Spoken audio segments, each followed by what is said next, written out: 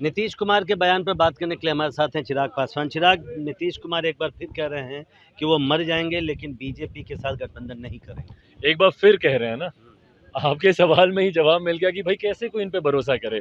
इससे पहले लोकतंत्र के मंदिर बिहार की विधानसभा में खड़े होकर उन्होंने कहा था कि मिट्टी में मिल जाऊंगा, भाजपा के साथ नहीं जाऊंगा। क्या हुआ?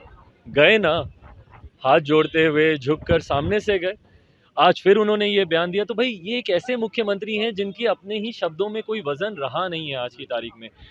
जंगल राज का विकल्प बनकर आए थे, जंगल राज के साथ मिलकर इन्होंने सरकार चलाई। जिनको अपना भाई कहते थे उन्हीं को इन्होंने धोखा दिया। लालू जी की बात कर रहा हूँ, 2017 में धोखा ही देकर गए थे ना। फिर भाजपा को इन्होंने धोखा देने का काम किया। तो भाई जो मुख्यमंत्री वक्त के साथ अपना स्टैंड बदलते रहे हों, उस मुख्यमंत्री पर कोई कैसे भरोसा करे? कैसे हम लोग माने कि भाई आज जब आप ये कह रहे हैं कि मैं मिट्टी में मिल जाऊंगा, भाजपा के साथ नहीं जाऊंगा, कैसे हम माने? हो सकता है पीछे के दरवाजे से आप प्रयास कर रहे हो, क्योंकि भाई आपको तो अपनी कुर्सी बचानी है। बट हाँ, विश्वास जरूर इस बात पर होता है, जिस तरीके से भारतीय जनता पार्टी की प्रदेश कार्यकारिणी की बैठक में भी ये निर्णय लिया गया है कि भैया वो नाक रगड़ते हुए भी आएंगे तब भी हम लोग उनके साथ नहीं जाएंगे।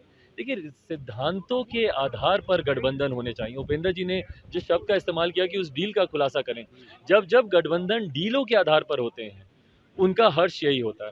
गठबंधन डील पर नहीं, सिद्धांतों पर होने चाहिए, विचारों पर होने चाहिए। नहीं, तो अगर फिर से अगर नीतीश कुमार आप कह रहे हैं कि 2013 के बाद पलट गए थे, तो क्या फिर से आपको उम्मीद है कि बीजेपी के साथ पलट जाएंगे? और बीजेपी क्या, दरभंगा में तो बीजेपी ने कह दिया साफ साफ, भाई लेकिन आप बीजेपी को कुछ सलाह देना भाई चाहेंगे? कौन नहीं जानता, हमको किसी को सलाह देने की जरूरत नहीं, बट कौन नहीं जानता भाई।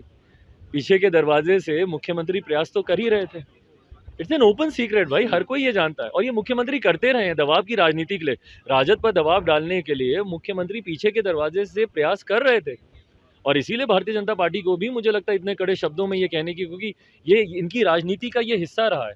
ये प्रेशर पॉलिटिक्स करते हैं। जब ये एनडीए के साथ थे तो राजद के साथ बातचीत करके उनकी इफ्तार में चले जाना, इधर दबाव डाल रहे थे।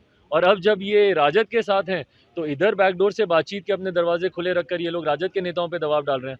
पर अच्छी बात है, दोनों तरफ से खुलकर ये बयानबाजी सामने आई है, तो इनकी दबाव की राजनीति शायद थोड़ी कम होगी। एक आखिरी सवाल, उत्तर प्रदेश में स्वामी प्रसाद मौर्य नेता हैं, वो लगातार रामचरितमानस को लेकर जिस तरह से बयानबाजी कर रहे हैं, आपको क्या लगता है, क्या ये सही है? या इसके पीछे क्या? भाई बांटने की राजनीति का प्रयास है, और ऐसे राजनीतिक दल ये प्रयास करते रहे। हमेशा डिवाइड एंड रूल की इन्होंने पॉलिटिक्स की है।